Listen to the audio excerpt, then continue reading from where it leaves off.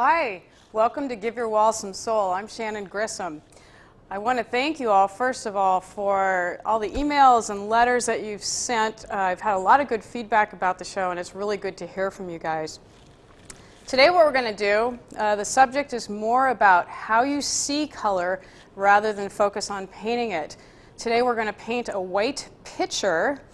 We'll go ahead and do this picture here.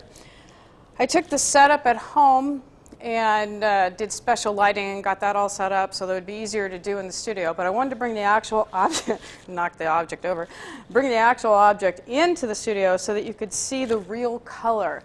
If you can see, you can paint. And today what we're going to do is all about seeing. So we're going to paint a white picture on a white background. So I'll get started.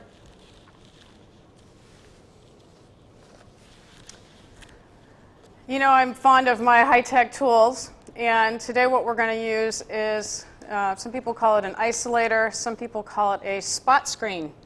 This is a piece of cardboard or a file folder, and it has a hole punched into it. And what you do, if you've got one at home, this is great. Take a piece of cardboard, punch a hole in it, and you hold it at arm's length. So you're holding it this far, you mix the color, and when you mix the color and you look through it with one eye, if the color you're mixing matches the color that you're trying to match, then you know you've nailed it. The nice thing about this is that it's not a, you don't have to know any color theory. Basically, you just keep mixing until you get the right color. If you get the right color, then you have the right value. Everything just falls into place. I did a study before we came to the studio today. This was done entirely with a palette knife. And even though the drawing's kind of crude and the painting's kind of crude, you get a sense of space and form just because the color is in the right place.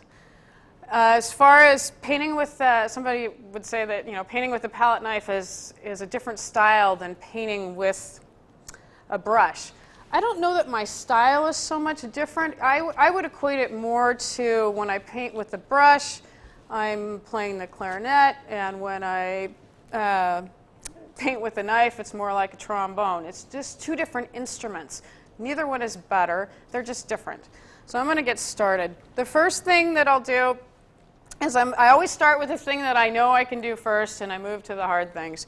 I'm going to go ahead and work on this shadow area. Now, if you look at something that's black, take my apron for example, people tend to think that shadows are all black. Well, if you look at my apron and compare that to anything on this painting, you'll note that nothing really is black on the painting. So it's all only in the way that light is hitting it. So first thing I'm going to do is take some white and start mixing my shadow color. Another good way to think about shadows is that if you're outside on a gray day, everything's in shadow, but it's not black, it's just merely in shadow. So there are just varying degrees of color to think about. So what do I see here? If I look through my isolator, and I can tell that this has got a lot of red and a lot of blue. So I'm going to go ahead and mix my shadow color with the first things I see. I started with white and changed my mind. So I set that aside, and I'm actually going to start with the body color of the shadow, which is some red. And I'm going to need a lot more because this painting's huge. So I'm going to grab a lot more paint. Start with the red. Grab some blue. When I'm mixing, I'm just smashing it together. Now that's just way too dark. And I know that, but that was a good start. It looks almost black. Now, in order to see what color this really is, I'm going to take a little bit of white, mix that in there, and see how we're doing. The red's really taken over. And so every time you look at this, it's like, what is the difference between what you have on your knife and what you're looking at on your subject? Well, the difference is that it's a lot darker, and it is a lot redder. So I'm going to make it lighter. I will add white. Cleaning my knife first. I'm going to add a whole bunch of white. That'll make it lighter. And I can tell already it's going to need a little more blue. And I'm sure I'm going to need a little, I made it too light. Oh, this is a good example of what to do, what to do when you make this kind of mistake. If you're making a mix and it's way too light, you could keep adding and adding and adding things to it and make this huge pile before you get it right. Or you can set aside part of it, use a little bit, and move it over and only use just a little bit. That way you're not wasting a lot of paint. Although actually, if you're painting, you're not wasting it. It's just a matter of doing it. Okay, so I'm adding some blue to this again. The red is very powerful. This is Perylene red. It's not a red that I'm accustomed to. I switched to it and quinacridone violet when I stopped using alizarin crimson. And if you've seen my previous show, I stopped using, oh, that's beautiful. I stopped using alizarin because it's not light fast. It won't hold up over time. Okay, I'm loving that color. I want to see how close it is.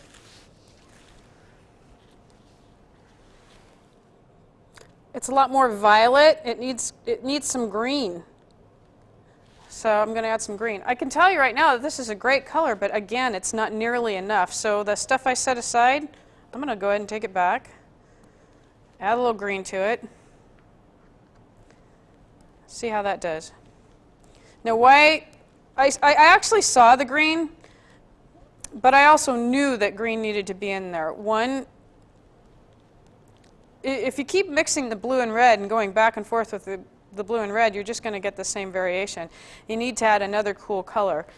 And I actually saw the green in that color. If you use the isolator and you hold it up and you start scanning something, so I would say try this. This is one of those where you definitely want to try it at home. Take the isolator, start scanning objects, and you'll be surprised at the amount of color you're going to come up with. Okay, I'm liking this color. This is looking good. Hopefully I've made enough.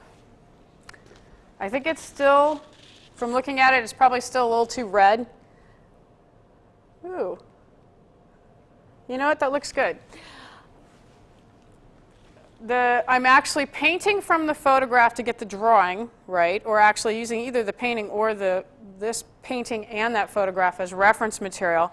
But to really check the color on the subject, it's better to check it against what's going here. Now, I don't have a shadow place, so I can't check there, but the whole body of this I will be able to check with what's going on there. So I'm going to take a look at that, see how that is in relationship, and just start putting it down. Now, why am I using a knife today instead of the brushes and all the layers and all that good stuff?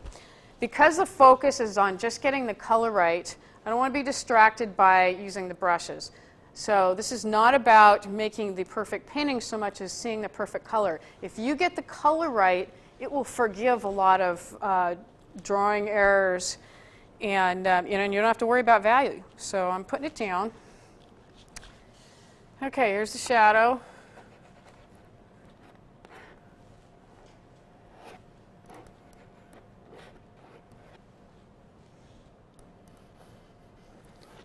I'm a lot slower with the knife, so I'm going to try and speed this up. This composition's a little bit different. I like the shadow going off the page more. I think it's a better composition than what I came up with. The other comment I heard from the emails and letters was that, well, you must edit this a lot, and you change all the things that don't work. And I got to tell you, this is filmed live to tape. So whatever happens here, it's in real time. It takes me this much time to do it. And if I screw up, I tell you about it and see how we can fix it and get out of it. So this is a good real life. This is what happens when you paint, or at least when I paint. And things work, that's great. And if they don't, then I show you what I do to rectify it.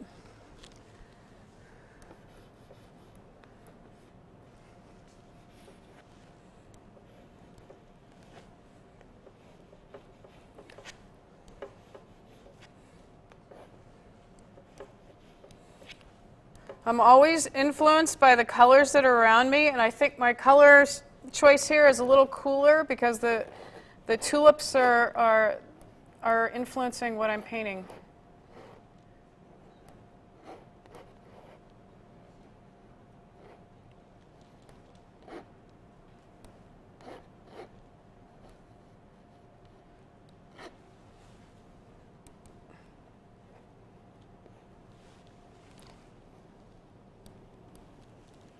I'm smashing it down. Sometimes it's easier to turn the canvas. That's what I'm going to do.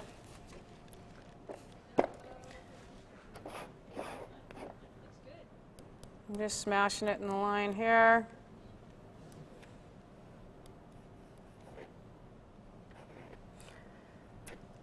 I have a friend that challenged me to do a painting with a putty knife, and so we each did there were 3 of us, and we each did paintings with 3-inch putty knives. And that forces you to only look at the color. Oops, I went out of the lines. I can fix that. Forces you to look at the color and just put it down and not worry about the details. It's amazing what you can accomplish by just focusing on the big picture and not getting lost in the details. That's what we're doing today. Just basic color. You use a lot more paint this way than the other way that I paint. Goes on a lot thicker. Again, neither is better or worse, it's just different. Okay.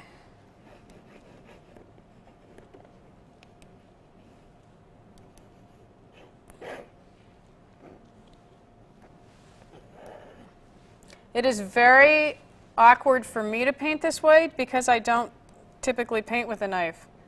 That's why it's a good study, because it forces me to just look at the color.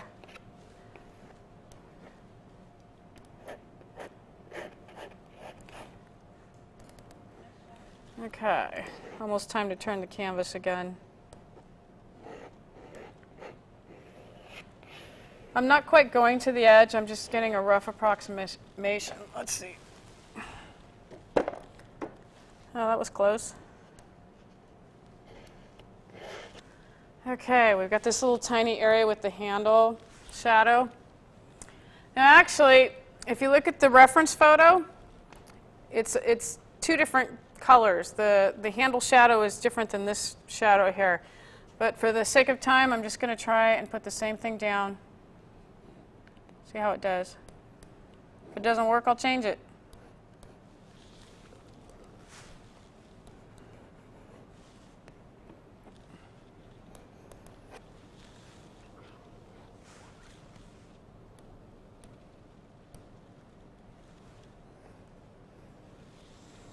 I can tell you one thing, if you've had too much coffee, it's harder to stay in the lines. Okay.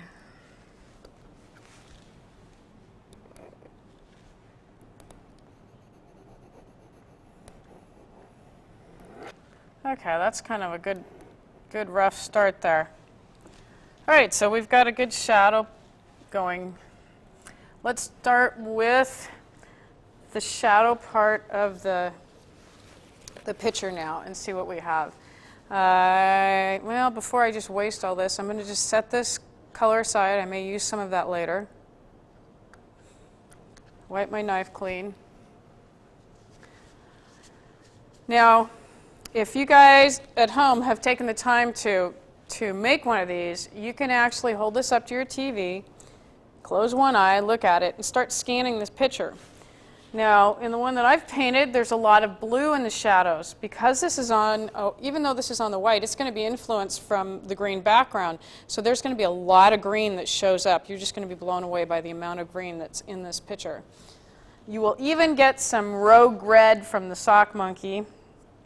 Things that are on the other side of the room are going to come off and bounce on this. So, you know, if you can at all, go ahead and make one of these and start scanning this picture because you're just going to be blown away. And if you can see the color, you can paint it. Okay, I know that this section here has a lot of blue. Not that much blue. How do you gray down a color? You can add its complement, which I will do. In this case, a cad yellow deep, which is near orange. It's going to make a nice gray.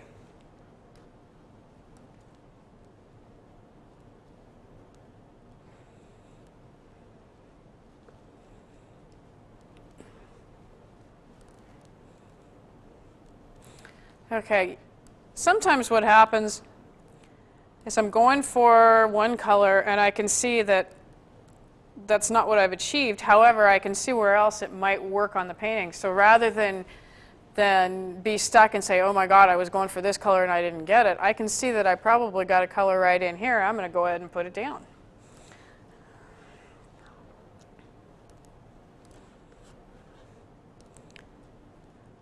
But first, I'm going to take my isolator and double check.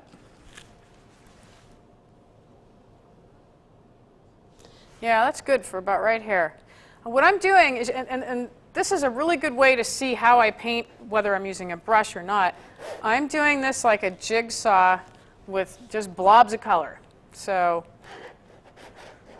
I hope this encourages you to just be free and loose and put it down. There's some green there. And where else do I see some of that?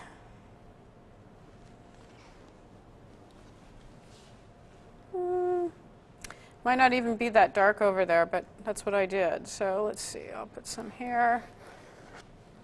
Kind of on both sides. All right, a little bit more red. I'm going to take some of this mixture because I'm already halfway there with that.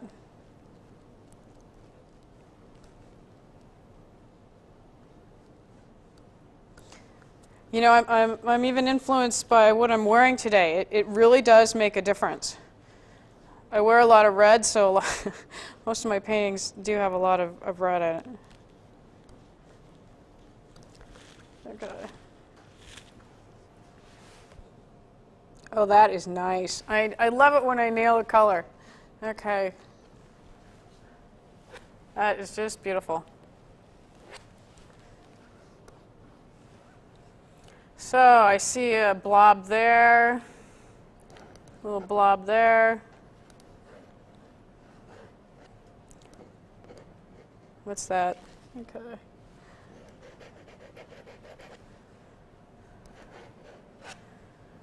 And is there any on that side? Maybe a little bit.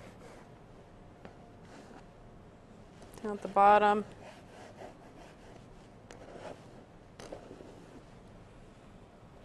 Okay, where else do I see some of that? Now, if you look at my palette and you look at this mixture that I've made against the white, it doesn't look that dark. And it isn't if you hold it against something that is dark. So the point of this whole exercise today is to really look at something and look at the color that you see rather than what you think is there. And that's why I always check with this, because I tend to think there are other things there than what's really there. Okay. I'm going to mix another spot. I think I'm going to go back to that dark spot there and get some form going. There are people that like to paint space, people that like to paint form. I'm definitely one of those people that likes to make things look three-dimensional in a lot of space. I don't like crowded paintings. God, that's a great color. I don't know if it's the right one, but I sure like it. Now, what would happen if I put down something that was wrong, even though I liked it? In this particular study, it might not work because we're talking about color harmony, and everybody works with everybody else to make a cohesive unit. I think this is going to work, but I got to double check. Yeah, beautiful. And that's a good thing because I really, really like it. Gorgeous. Okay.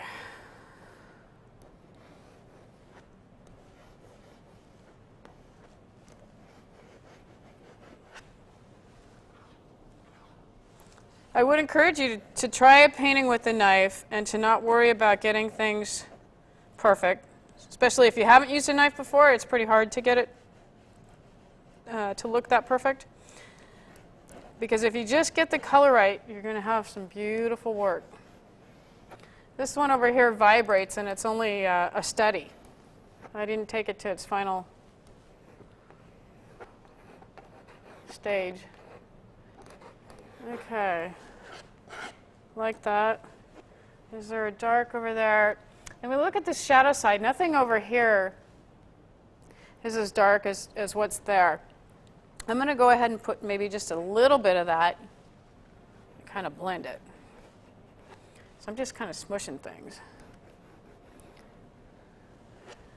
I'll add a little bit of white to get it to the side. Normally, if you've seen the show before, you know we work on 2 or 3 paintings, so I can show you different stages. I want to take this to a complete first statement with this painting in one show. That's my goal.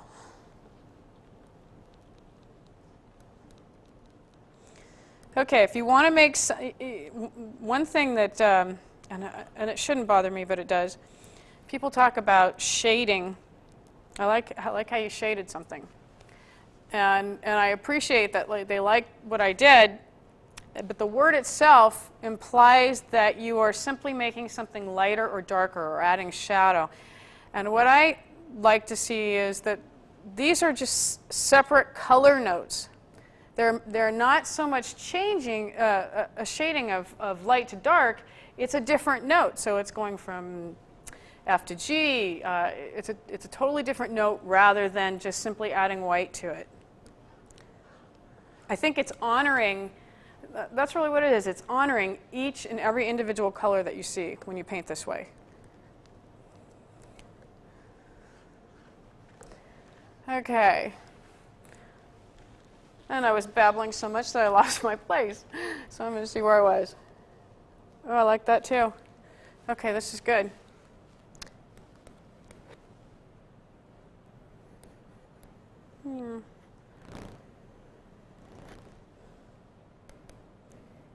So you can tell at this stage, I'm not worried about blending it or anything other than getting the note down. I believe there's a huge correlation between music and painting, and so if you get the right vibration, it really makes a beautiful song. And the same thing with color notes. Okay, it's a little bit darker and a little bit bluer. Again, it's not a different, not a case of adding something darker or lighter. It's a case of making a different color.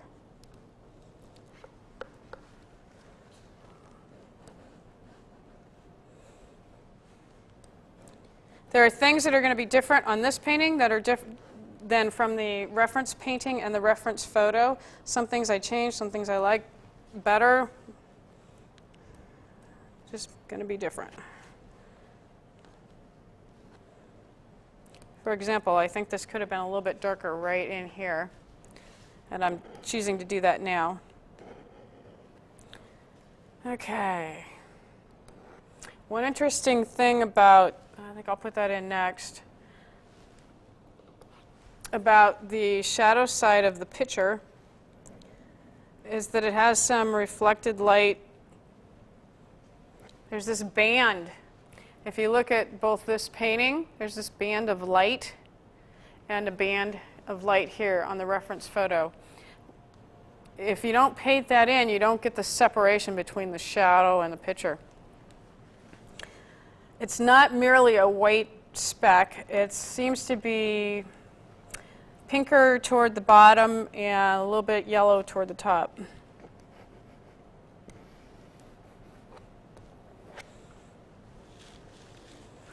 The yellow comes in because we were actually using I wanted a really stark shadow, so my husband was actually standing there with a trouble light so that we could get just the right lighting on here. Okay, so I'm going to make that reflected light. Again, I'm going to turn the canvas because it's going to be easier for me to work on in that mode. Okay, so I see a bit of pink. I'm going to take a little bit of that, a little bit of the perylene red just because I like it. I'm going to make it a little pinker than I think it is.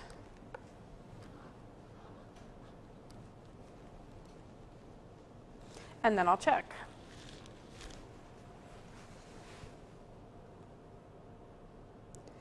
Okay, I think this is too light.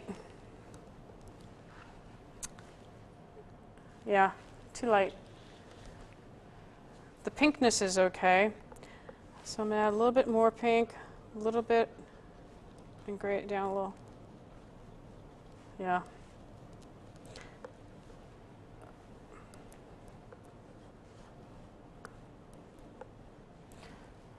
I keep testing it against other things to see what's going on. I'm going to put a little bit of it down and see whether I like it. Now, if you want to do a straight line, good way to do that is you've got your paint on the palette, scoop it up so that you've got, an exceptional amount just on one edge. And then you're just going to paint with one edge. Where do I see it? Right here.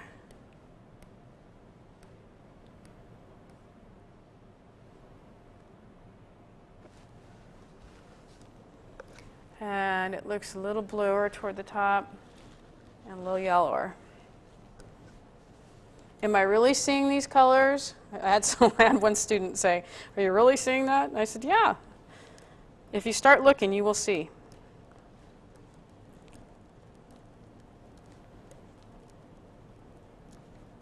But I can remember when I first started painting, and my teacher Michael would say, "Do you see this? Do you see that?" And I'm like, "No, not at all."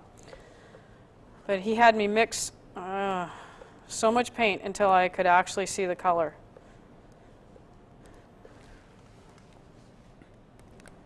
Oh, that's good. This is a much cooler painting, turning out to be a much cooler painting than I typically paint.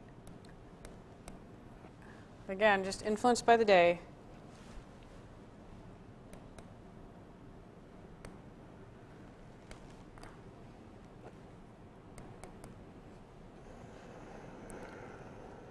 Okay.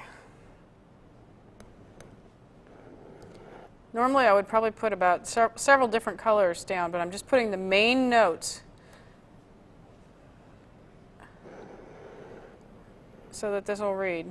Okay, so there's white all the way under there. So when you think about this, these are all, you're looking at a white picture on a white background. These are all shades of white. Okay. I hear you out there. You're going, "No, they're not. I see all this other color." Well, that's the thing. There's a lot more color on white than you would think. Okay, we want some. Let's go ahead and do the background. Instant gratification, something you can get done fast. I'm going to need a lot more white. Brought another tube because I knew I'd need it. The white I'm using is a really nice, soft mixed white, and it really makes it easy to work with. Don't be afraid to just put a bunch out. I've got a lot of space to cover. That might not even be enough. Okay. In the reference photo, the background has a lot of pink in it. I choose to kind of ignore the pink and make it more of an orangey color with some green. So I'm going to take a little bit of Cad Yellow Deep.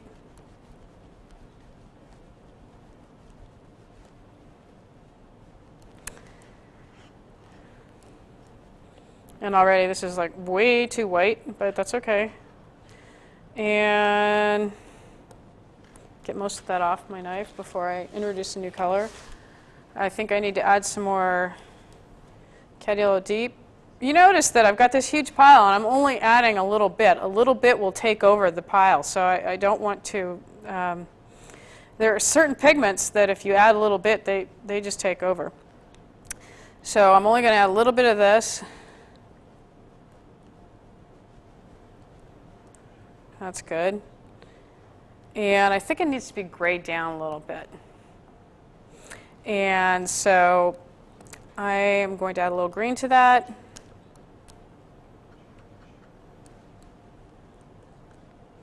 That was too much green. Hopefully I can salvage this pile by adding a little more. That was way too much green. A little more red and orange to it.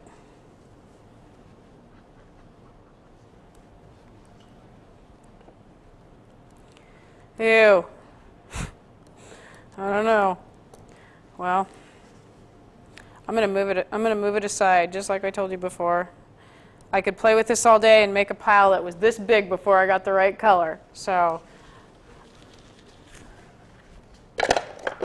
pour out some more paint. Ooh, this is a good lesson. I'm using a new tube because it can be easier to squirt out. Before you use a new tube, it's good to knead it like this because the oil separates. So if you knead it, then you're not going to get a bunch of oil that comes out first, and then what happens is if you do let that happen, toward the end of the tube, you're all pigment and no oil, and it's just a mess. Do I forget? Yeah.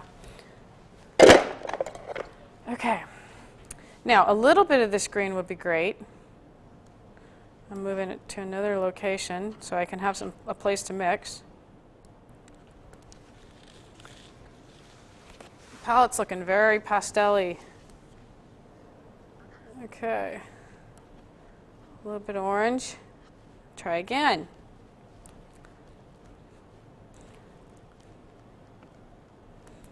See, now, if I had edited this, you wouldn't have seen that. But I really don't edit it because I want you to see what really happens when I paint. It's not always perfect. Okay, that's good. It's a little bright. I'm going to tone it down with a little bit of blue.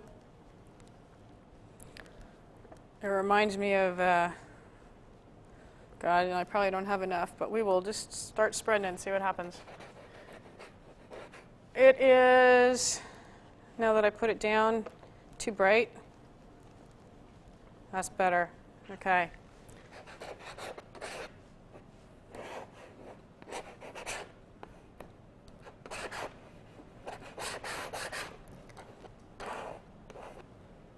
I just want to get enough of this covered so you can see the color relationship.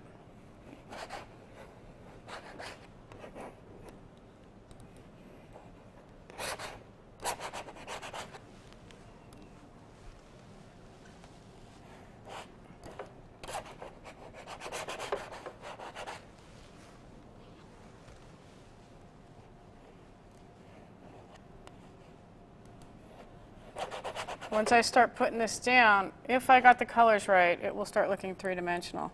When you're going over a place that you drew incorrectly and you're doing it with a palette knife, you gotta, let's say I want to go over this paint here. This was not the shape of the shadow. I have to put it down and leave it because if I start to mess with it, it will start blending. So that's it. I will take the top away, but if I start smushing that around, it's going to pick up this color, and I don't have the purity of the colors I just mixed. And I got to tell you, it's hard not to go back in there and play with it, get it just right. Okay, let's see, we have a little space here.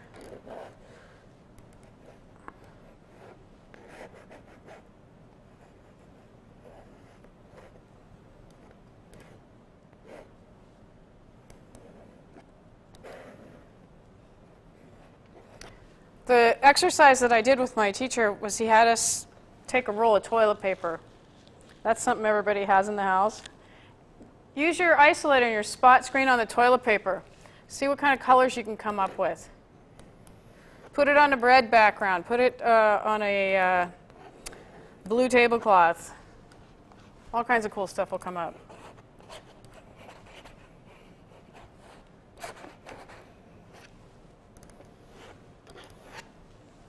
I know that, time is limited here, so what I'm doing is making sure that the areas that are around the picture in the background that will affect the color are covered, because that's going to make the difference on whether it pops or not. Okay.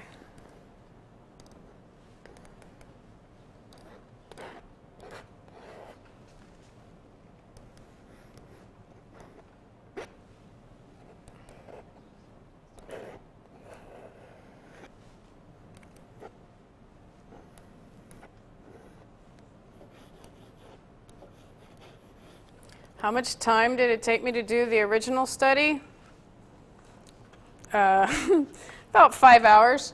So what makes me think I can do this one in an hour show? Well, in preparation for these shows, I usually do several studies. And so I got faster every time, although if I had a brush, I have to admit I would be a lot faster. It's not that knife painting is slow, it is that I am slow when I paint with the knife because I don't do it that often.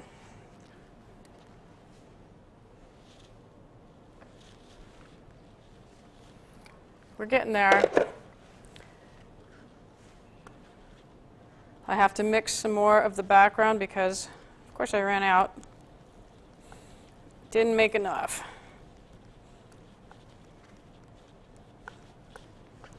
Is that close? Yeah, it is. That's good. That was nice. Again, I'm going over an area.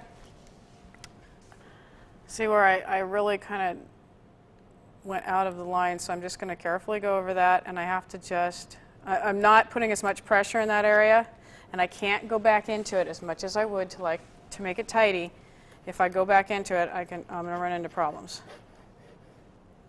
Okay. That's good. Making some progress here.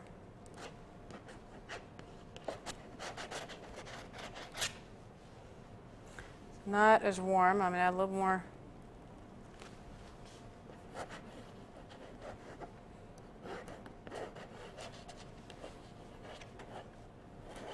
I think when I first did the first study I did, it took me forever just to do the handle. It's a little awkward to do, so I'm going to save that for last.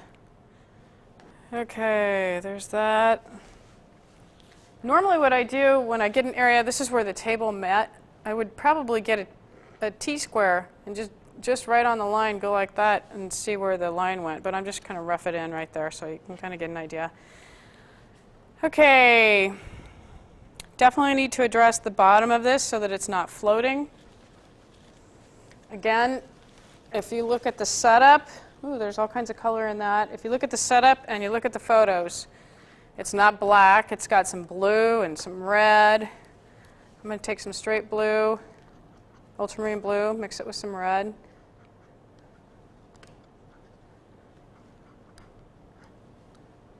I'm not used to mixing this much paint because I paint a lot thinner with the brush, so this is an interesting thing. Okay, so I'm just going to throw some color down here.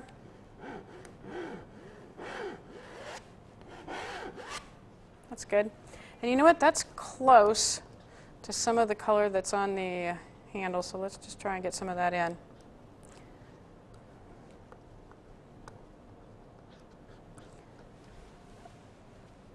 Okay, it comes down like this. We want at least an idea of where how this thing ends. Whoops. Okay, well I was able to scrape some of that off. And I do see some blue and red in that. Okay.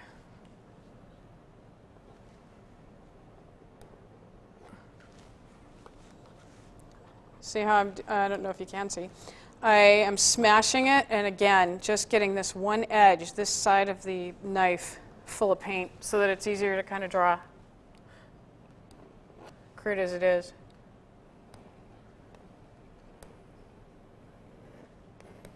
Oh, that's good.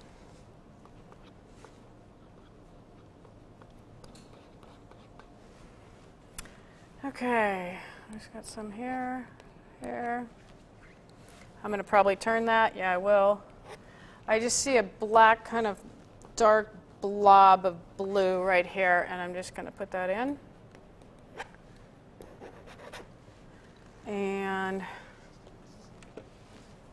again, I turn the canvas, make it easier for me to paint.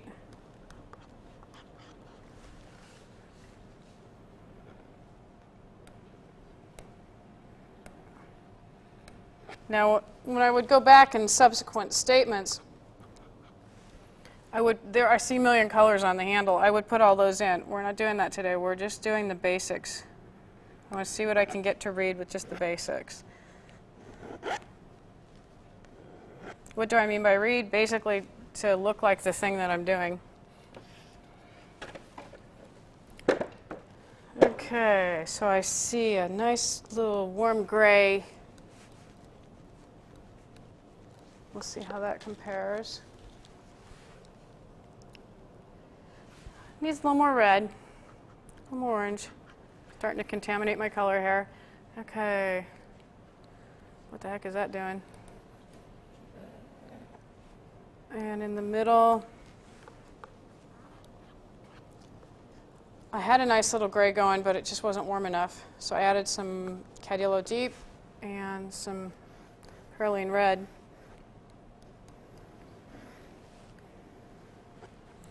Need a little more blue on the edges. It's contaminated with some of the other color. Adds to the interest. Okay, so it's dark right here.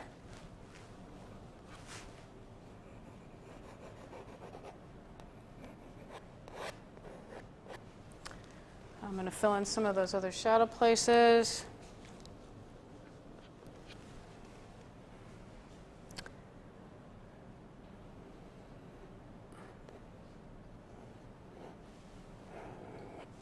And add some more of the blue.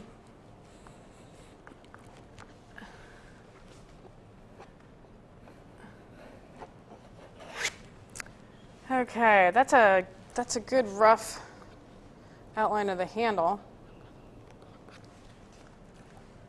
Got to turn this, because this is awkward for me to paint on this side, so I'm going to actually flip it this way this time.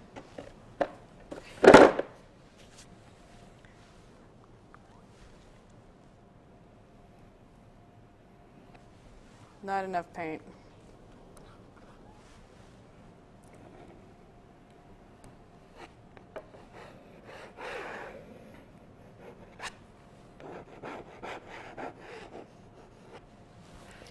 Okay, and now I got to quickly get this body of the picture in.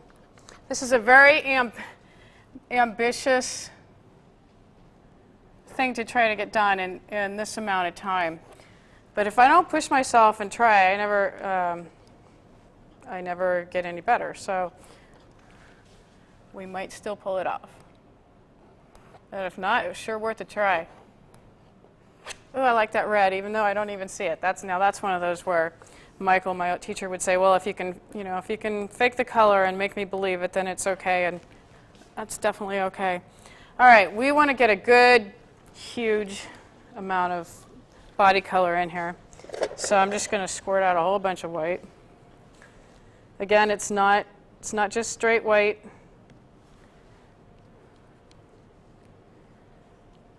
It's got Cad Yellow Deep and some pink in there.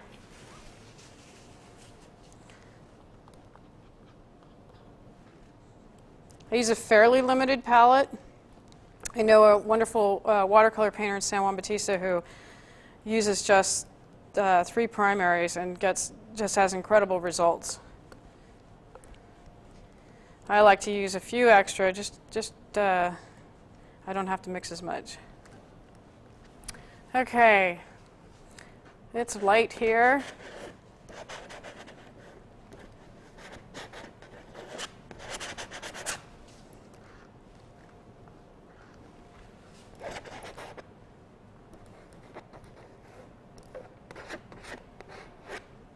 I know we're well into the show, so I'm slapping stuff on just to get an idea of what's going to happen. Let's see, we'll add some more body tone here.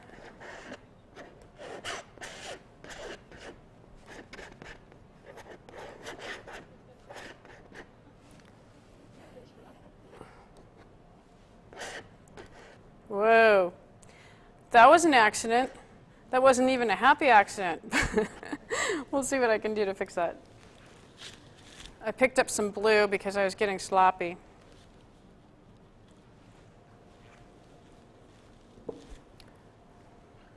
Everything's fixable. Sometimes you gotta wait longer to have it dry.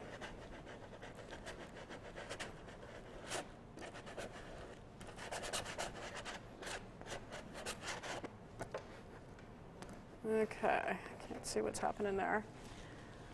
I forgot to bring my mirror, so I can't see how it's working. Oh, yeah, okay, that's working. Need a light with some yellow for the highlights. Ooh, too much yellow. Way too much yellow. I see it bright, but not that bright. Need some of this.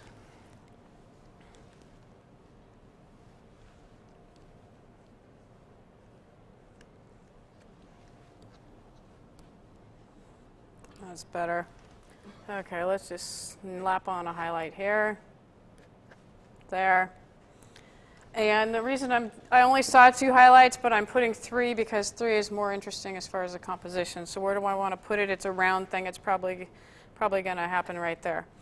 Okay, so now I need to address the bottom and do a little bit of kind of blending to make this whole thing make sense.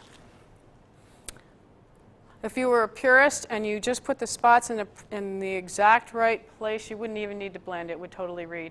You can still see the separation or the air between where this picture is ending and where the shadow is starting, even though it's in this state. Let me get the rough color down below. Okay, it's a little bit darker there. Not as dark as I made it. So let's try and adding this blue note, a little bit of green.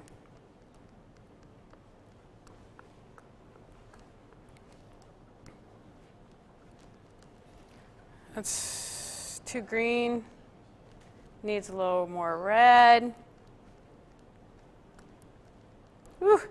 And I picked up some yellow. I didn't mean to. Let's see what I got. It's still green. This is a green day. Oh, that's more red. Yeah. Let's just shove some color in here.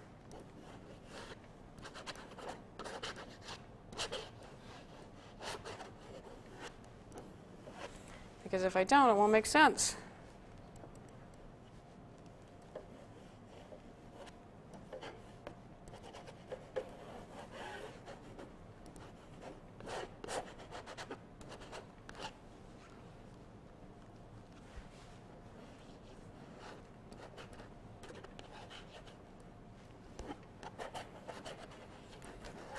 Okay. Got some color there. Not quite floating so much now. A little darker, a little cooler on this side. But not a lot.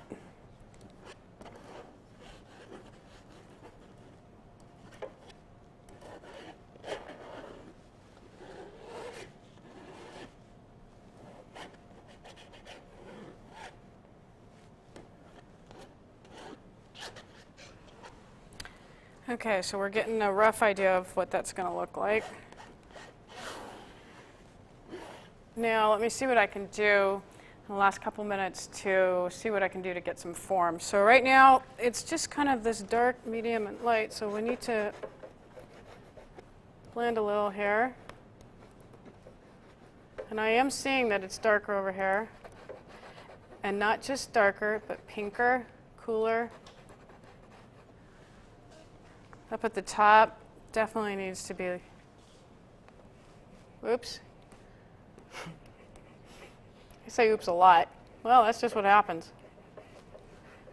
Oh, that's nice. Okay. Starting to come together. I had somebody watch me paint a mural. And it was a rather involved mural. And oh man, I drove her nuts because it wasn't till the 3rd or 4th day that all the blobs I started putting down made sense. So she was like looking at it thinking, oh, this is going to be bad. But when I was done, she was really happy. It's just that in the beginning, you know, it goes through a lot of stages.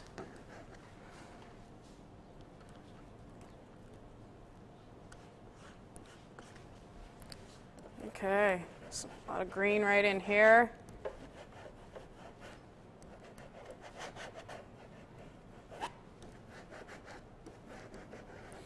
I hope you can see I am just scribbling this on.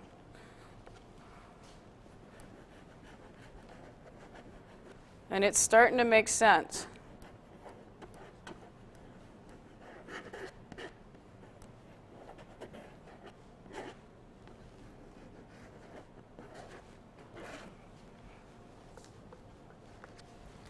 Okay, it's a little darker over here.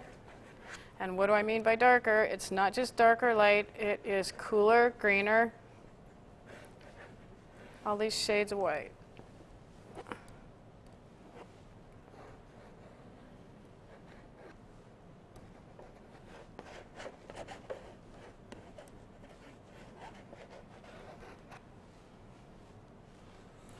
Okay, where am I at?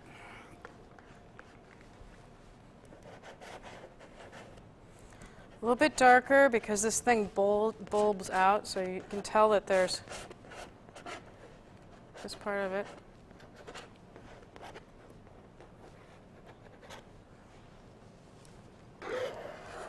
Now I'm actually scraping some of this stuff off. Get a little too much paint there.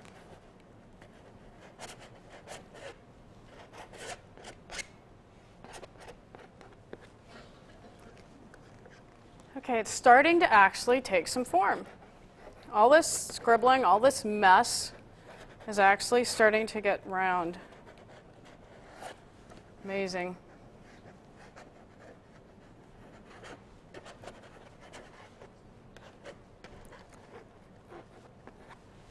Okay, a little bit of color right in here.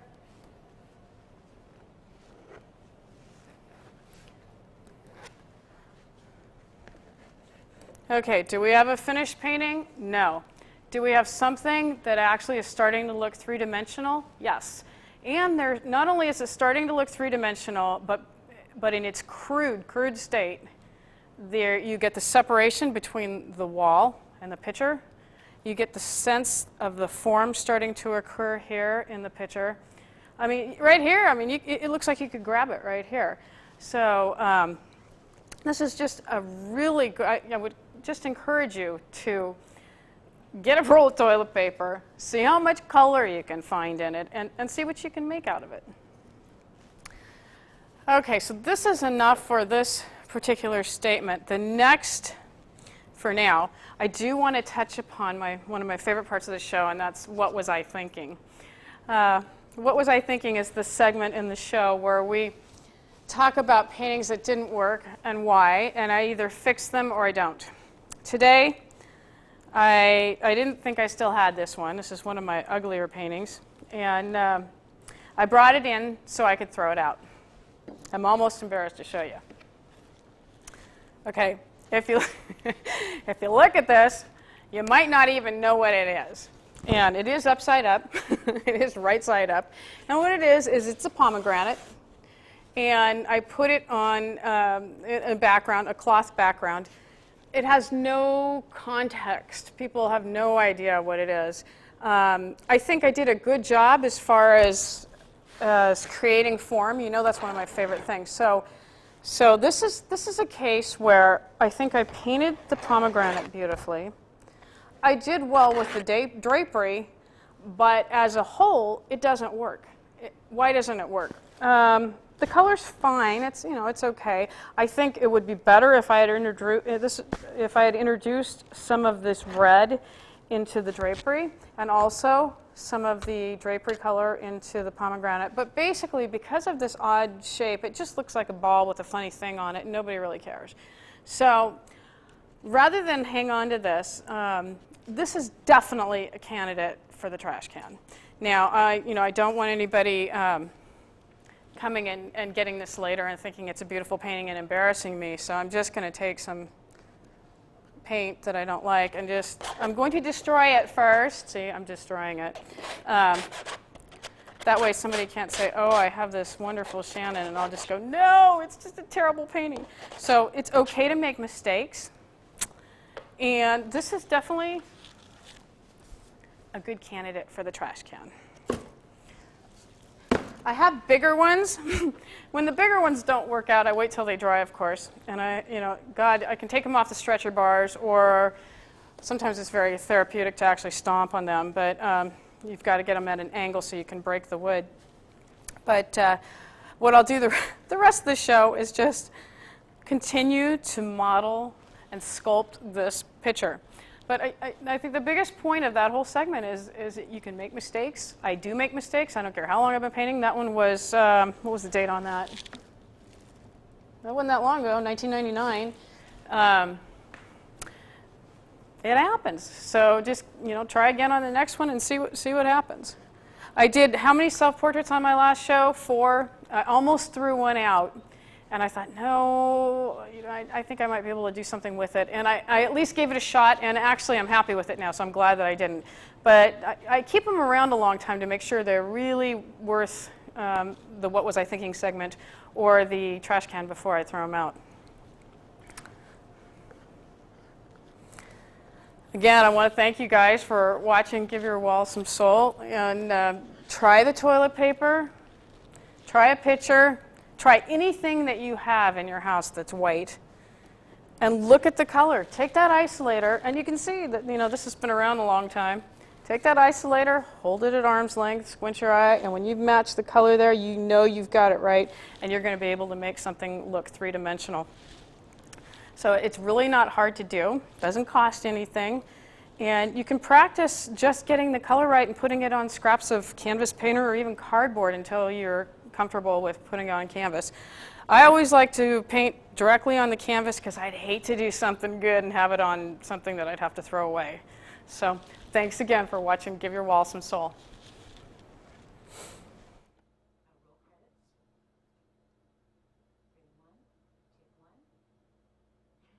When do you want music? Roll the credits. Ready, music.